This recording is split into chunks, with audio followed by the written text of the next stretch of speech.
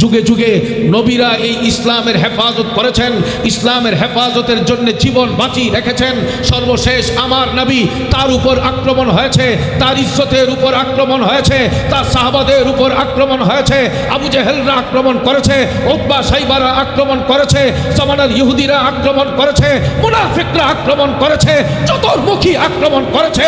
কিন্তু আজকের এই বিশাল জামায়াত, টুপিওয়ালা, দাড়িওয়ালা, হাজার হাজার কামি মাদ্রাসা এই কথার প্রমাণ করে আবু জাহেলরা পরাজিত হয়েছে। নবী, সাহাবা এবং তার ভালোবাসার প্রেমিক যারা ব্রাহ্মণবাড়িয়াতে আছে তারাই জিতে গিয়েছে। ইসলাম জিতবে, ইসলাম আছে, ইসলাম থাকবে। ইসলামের ক্ষতি কেউ করার চিন্তা করলে তার রক্ষা পৃথিবীর জমিনে হবে না।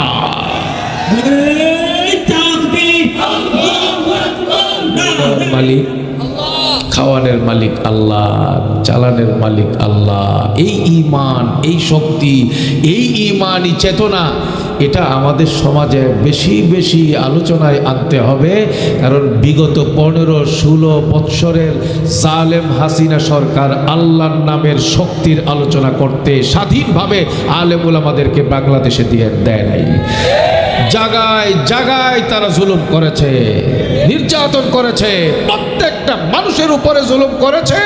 বিশেষ করে বুক টান টান করে যারা আল্লাহর কথা বলতো, ইমানের কথা বলতো, ইসলাম বিরোধীদের কথা বলতো, ওই মানুষগুলোর কণ্ঠ চেপে ধরবার জন্যে তখনকার জালেম শাহী প্রথমে মামলা, তারপরে হামলা, তারপরে জেলখানা, তারপরে আয়না ঘর দিয়ে শায়েস্তা করার চেষ্টা করেছে। কথা বলেন ঠিক কিনা? তারা মনে করেছিল শক্তি দিয়ে, ক্ষমতা দিয়ে, প্রভাব দিয়ে আল্লাহর দ্বীনকে মুছে দেওয়া যাবে, আলেমদেরকে শেষ করে দেওয়া যাবে। আলেমদেরকে শেষ করতে পারলে, কওমি মাদ্রাসাকে শেষ করতে পারলে সারা দেশের মধ্যে ইসলাম বিরোধী চেতনাকে প্রতিষ্ঠিত করা যাবে, ডুগডুগি বাজানো যাবে, আল্লাহর নাম নিয়ে তামাশা করা যাবে। এই চিন্তা তারা করেছিল। আর সেই জন্যই আপনারা দেখেছেন, আমিও তার প্রত্যক্ষ সাক্ষী, বিগত সরকার গত 15-16 বছরে বাংলাদেশে যেই পরিমাণ সাধারণ মানুষের উপর জুলুম করেছে, একা শুধু আলেম সমাজের উপরে তার চেয়ে 1000 গুণ বেশি নির্যাতনের স্টিম রুলার তারা চালিয়েছিল।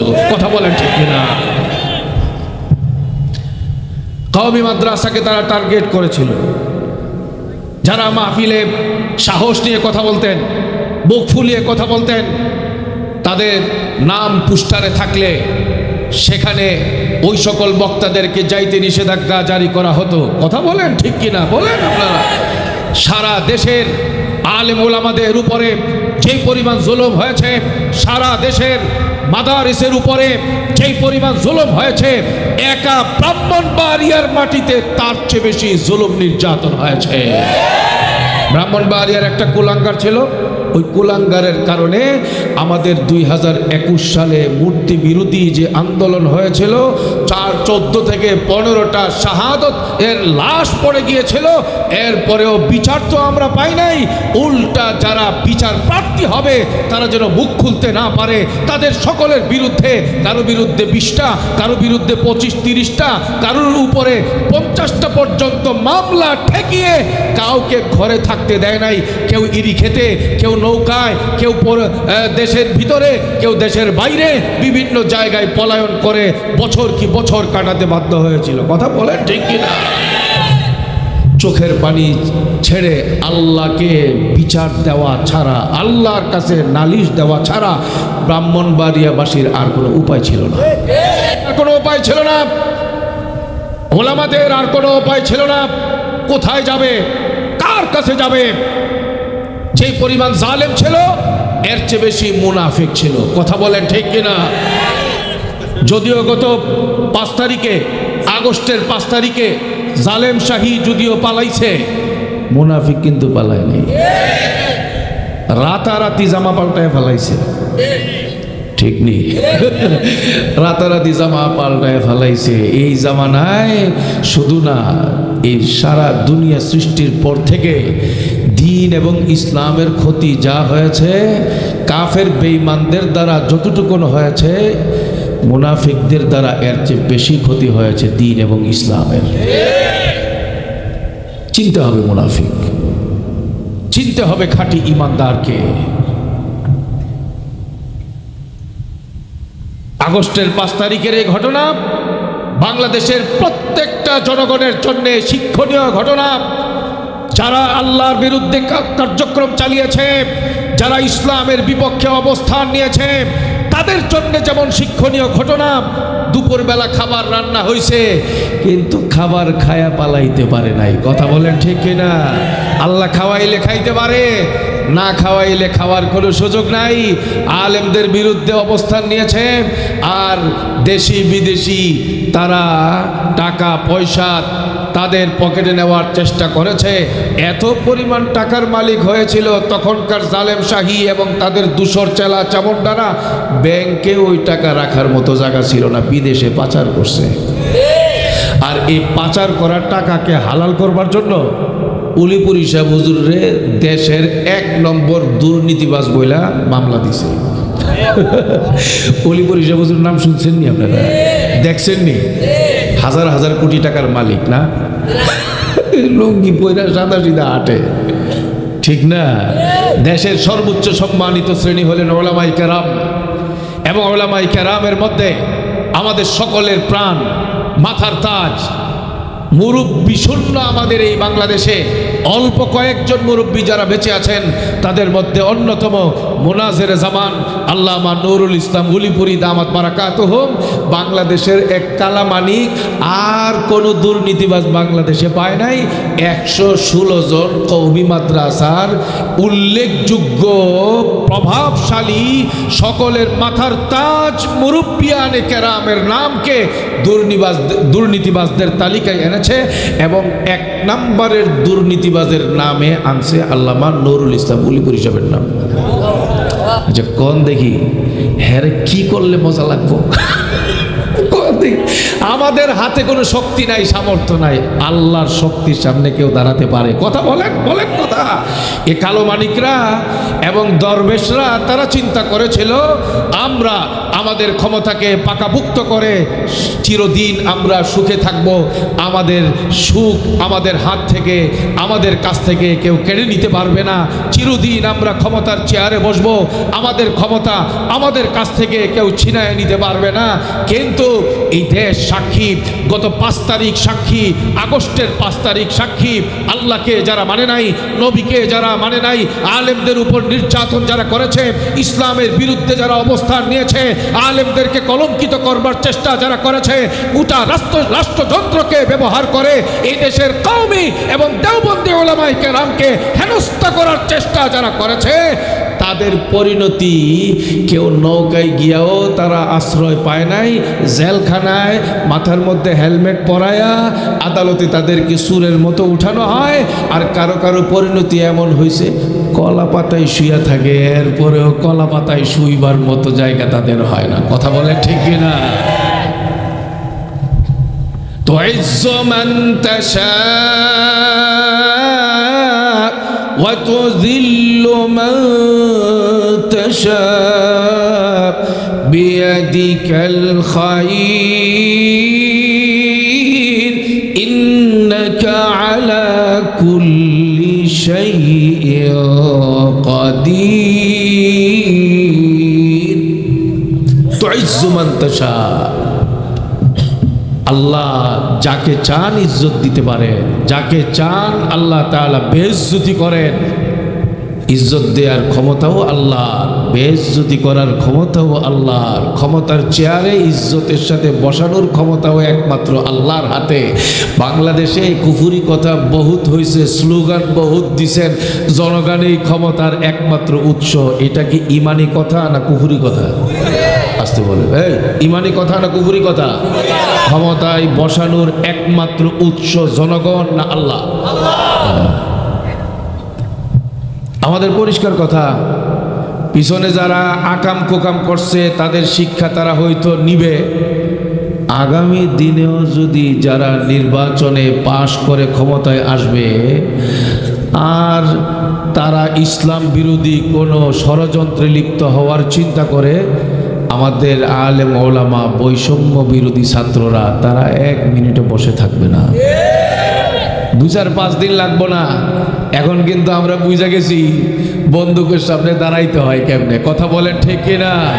বুকে গুলি নিয়ে ইসলামকে কিভাবে বাঁচাতে হয়, দেশকে কিভাবে রক্ষা করতে হয়, ব্রাহ্মণবাড়িয়ার মানুষ সবচেয়ে ভালোই জানে। আরে কথা বলেন ঠিক কিনা?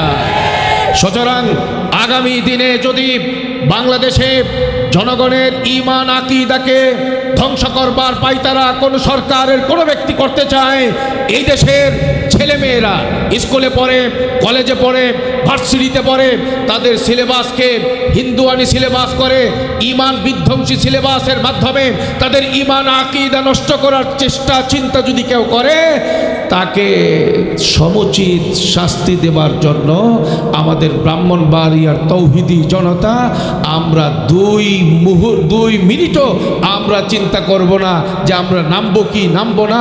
যখনই শুনবো, যখনই আওয়াজ আসবে, যখনই ডাক আসবে, আমরা তাদের মোকাবেলা করার জন্য রাস্তায় নামবো আর তাদেরকে দেখায় দিব আল্লাহর শক্তির পাওয়ার কতটুক আর শয়তানের পাওয়ার কতটুক। আমরা সব সময় ঈমানের ক্ষেত্রে সজাগ থাকতে হবে। আমাদের সকলের সিদ্ধান্ত একটাই হতে হবে, ঈমান ছাড়া কিছুই বুঝি না। কথা বলে ঠিক কিনা? ইসলাম ছাড়া কিছুই বুঝি না। ইসলামের পরিচয় আগে, দেশের পরিচয় পরে, রাজনৈতিক পরিচয় পরে, আমার আল্লাহর পরিচয় সবার আগে, জান্নাতের পরিচয় সবার আগে, কোরআনের পরিচয় সবার আগে। ইসলাম নিয়ে ছিনিমিনি যে খেলবে তার রক্ষা বাংলার জমিনে কোনোদিন হবে না। দেখেন ঈসা আলাইহিস সালাম তিনি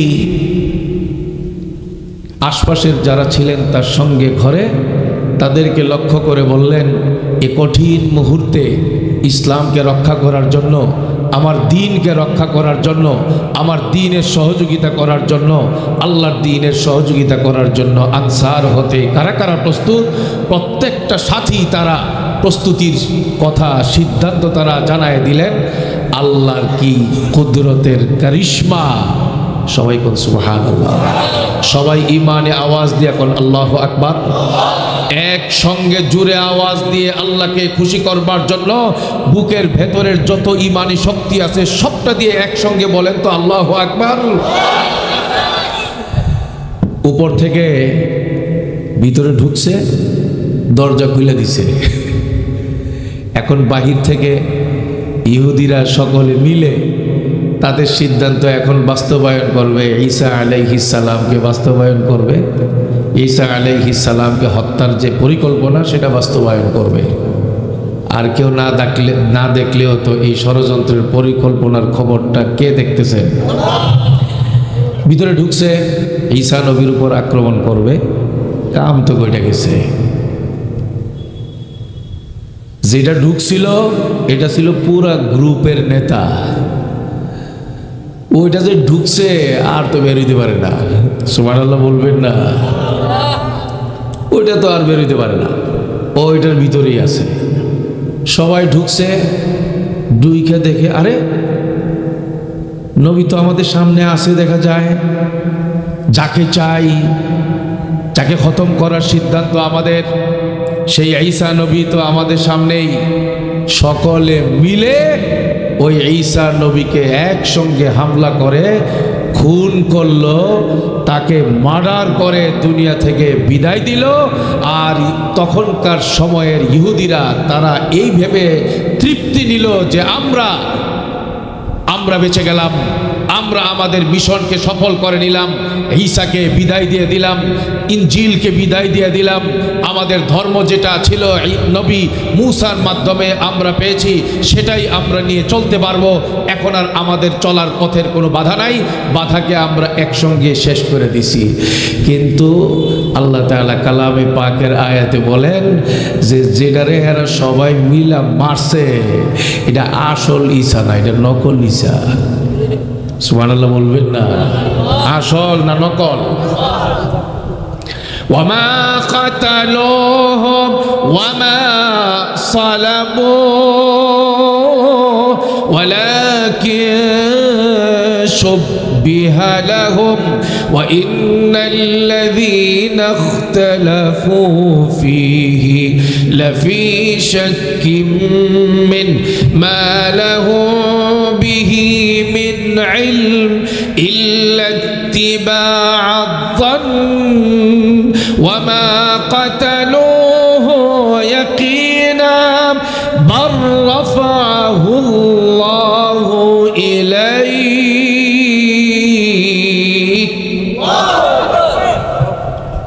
আল্লাহ তাআলা বলেন আমার ঈসাকে হেফাজত করবার জন্য, সব রকমের ষড়যন্ত্রের হাত থেকে রক্ষা করবার জন্য আমি আল্লাহ আমার কুদরতের দ্বারা আসল ঈসাকে আমি জমিন থেকে আসমানে উঠাই দিছি। সুবহানাল্লাহ বলেন। আর তারা যে ঈসাকে দইরা কুপাইলো আর খুন করলো, এটা হইল তাগর সবচেয়ে বড় নেতা, ইহুদিদের লিডার। তার শাস্তি পাওয়ার জন্যে আল্লাহ তাআলা মুহূর্তের ভেতরে, মানুষটা ছিল ইহুদি কিন্তু আল্লাহ তাআলা তার চেহারাটাকে ঈসা নবীর আকৃতিতে রূপান্তর করে দিলেন। তারা গিয়া পাইছে ঈসাকে, কিন্তু এই ঈসা কি আসল না নকল? কথা কি বুঝতে পারতেছেন? হায় হায় হায়, ওয়া মাকারু ওয়া মাকারাল্লাহ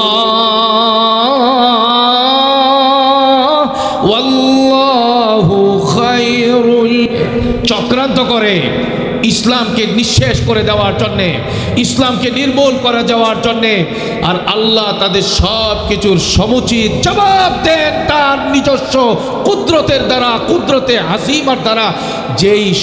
যেই জবাবের, যেই শক্তির জবাব দেওয়া, মোকাবেলা করার শক্তি কারোর থাকে না। আপনি অবাক হয়েছেন বিগত দিনগুলোর অবস্থা দেখে, বর্তমান অবস্থা দেখে। আমাদের এই দেশের আমাদের প্রাণ প্রিয় ওলামায়ে কেরামকে বিগত জালিম সরকার যখন অ্যারেস্ট করেছে, মাথায় হেলমেট পরাইয়া, গায়ে বুলেট প্রুফ জ্যাকেট পরাইয়া, চোর ডাকাত এবং সন্ত্রাসীদের মতো করে আদালতে উঠাইতো, হাতের মধ্যে রশি নিয়ে নিয়ে টানতো আর বুঝাইতো এই মানুষগুলোকে তোমরা যদিও প্রাণ দিয়ে ভালোবাসো, বাস্তবে এরা কিন্তু চোর ডাকাতের চেয়ে নিকৃষ্ট। এটা বুঝাবার চেষ্টা করেছে হেফাজতে ইসলামের পক্ষ থেকে, একবার নয় বহুবার। তখনকার সরকারকে সতর্ক করা হয়েছে, দাবি জানানো হয়েছে, হুঙ্কার দিয়ে হুঁশিয়ারি পর্যন্ত দেওয়া হয়েছে। এমনটা হলে বাংলাদেশের মুসলমান কিন্তু চুপ করে থাকবে না। প্রতিদিন যতবারই এই কাজটা দেখেছি আমরা, আমাদের নেতৃবৃন্দ, আমাদের মুরব্বিয়ানে কেরাম দেখেছেন, আহত হয়েছেন সবাই, আমরা সবাই কষ্ট পেয়েছি। এদেশের প্রতিটা মুসলমান এই চিত্র দেখে তখন কষ্ট পেয়েছিল, কিন্তু তখন আমরা ছিলাম মাজলুম, অসহায় হয়ে একমাত্র আল্লাহর কাছে বিচার দেওয়া ছাড়া আর কোনো রাস্তা ছিল না। ষড়যন্ত্র করেছিল তারা আলেমদের ইজ্জত নিয়ে, ষড়যন্ত্র করেছিল তারা কওমি অঙ্গনকে নিয়ে, ষড়যন্ত্রে মেতে উঠেছিল এই ব্রাহ্মণবাড়িয়ার কুলাঙ্গার উবাইদুল মুক্তাদির, আল্লামা শায়েখ সাজিদুর রহমান, আল্লামা মুফতি মুবারকুল্লাহর ইজ্জতকে মাটির সাথে মিশিয়ে দেওয়ার সর্বোচ্চ ষড়যন্ত্র তারা করেছিল।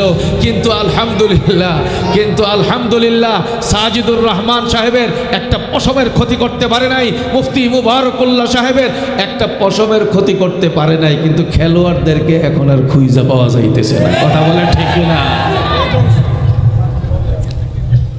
এটা হলো আল্লাহর শক্তি। কথা বলেন কার শক্তি? জোরে কান, কার শক্তি? জোরে কান। হ্যাঁ, আলেমদের গায়ে হাত করা, মাথায় হেলমেট, গায়ে বুলেট প্রুফ জ্যাকেট পরিয়ে তাদের ইজ্জত সম্মান নষ্ট করার চেষ্টা করা হয়েছে। আল্লাহ তাআলা দেখাইতেছেন সেই চিত্রটাই বর্তমানে ওই জালিম সরকারের মন্ত্রীদের গায়ে আল্লাহ লাগাই দিছেন। কথা বলে ঠিক কিনা? গরু ছাগলের মতো এদেরকে সারিবদ্ধভাবে এখন জেলখানায় উঠানো হয়, আর যার যার কান্নাকাটি, হায় রে করলাম কি, হইল কি, চাইলাম কি, ঘটনা কেমনে কি হইল। আসলে আল্লাহর কুদরত যখন আল্লাহ দেখায়, এগুলো দুনিয়ার কোনো হিসাব কিতাবের সাথে মিলে না। কথা বলে ঠিক কিনা? وما قتلوهم وما صلبوه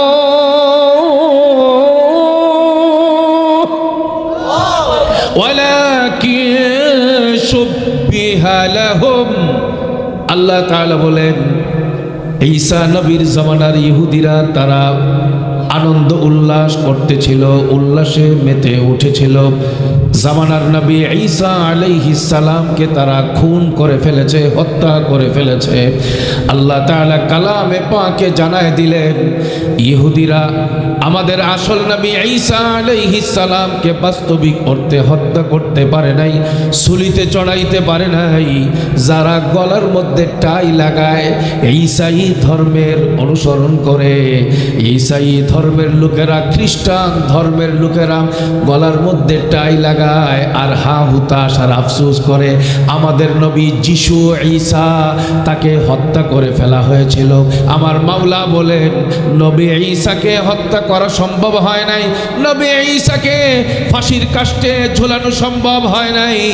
যা হয়েছে, নকল ঈসা ইহুদিদের লিডারের গলায় আক্রমণ হয়েছে, তার গায়ে আক্রমণ হয়েছে।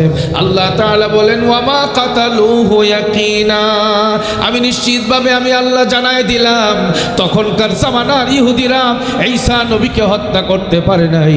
বার রাফাহুল্লাহু ইলাইহি, বরং আল্লাহ আসল ঈসা নবীকে হেফাজত করবার জন্যে কোনো মই ছাড়া, বিমানের সহযোগিতা ছাড়া, কোনো মাধ্যম ছাড়া, কোনো রশি লাগানো ছাড়া, আল্লাহর কুদরতের দ্বারা জমিন থেকে আল্লাহ আসমানে উঠায়া নিছেন। কোনো মাধ্যম ছাড়া, কোনো ধরনের যন্ত্র লাগানো ছাড়া, কোনো বিমানের সাহায্য নেওয়া ছাড়া, কোনো কিছুর সাহায্য ছাড়া আল্লাহ জমিন থেকে আসমানে উঠাইতে পারেন কি পারেন না?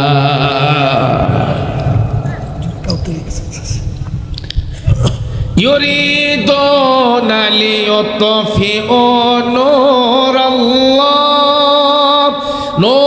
الله بأفواههم والله متم نوره ولو كره الكافرون।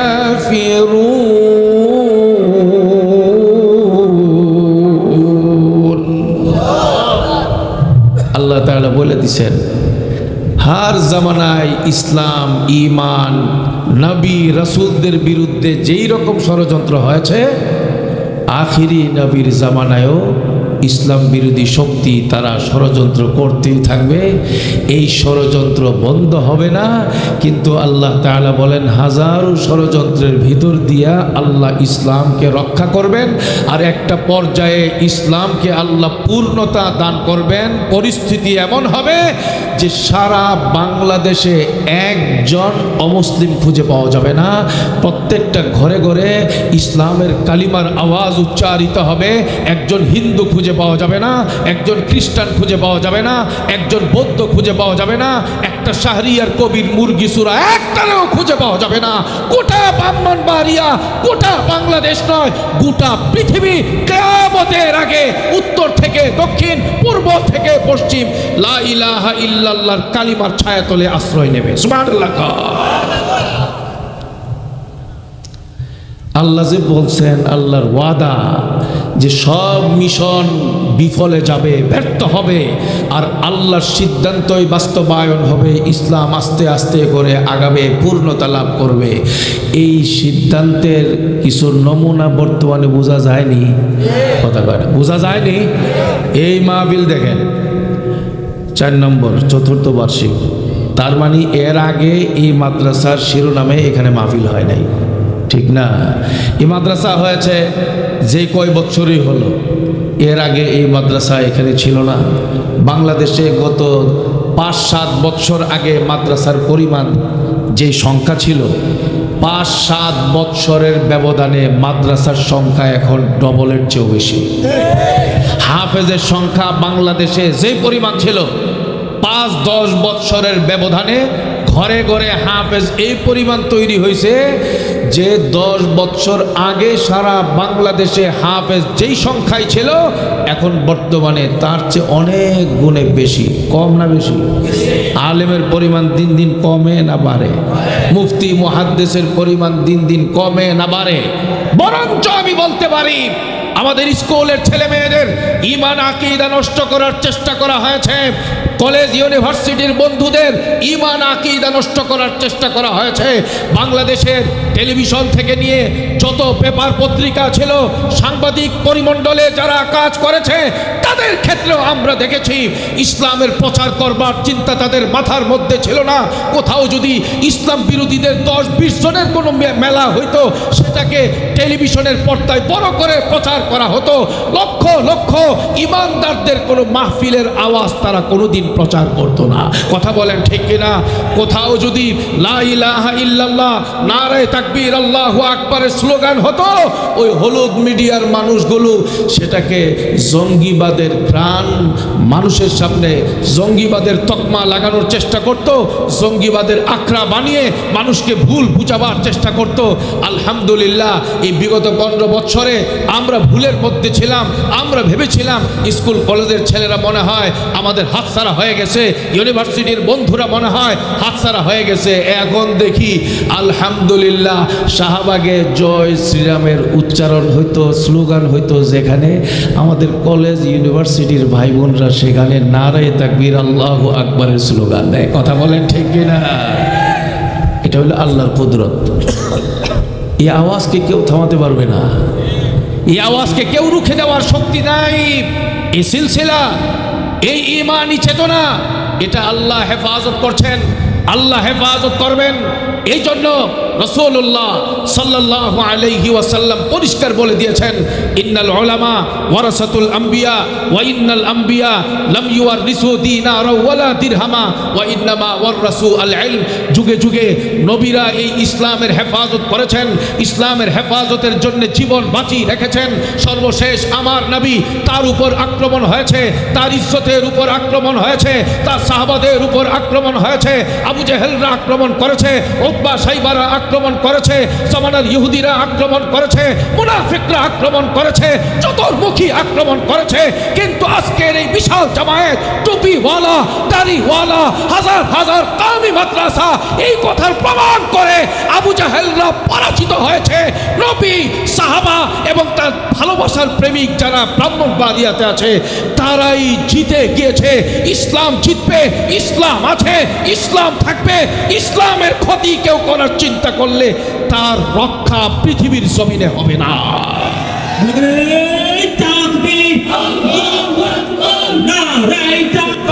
ইসলামের শত্রুরা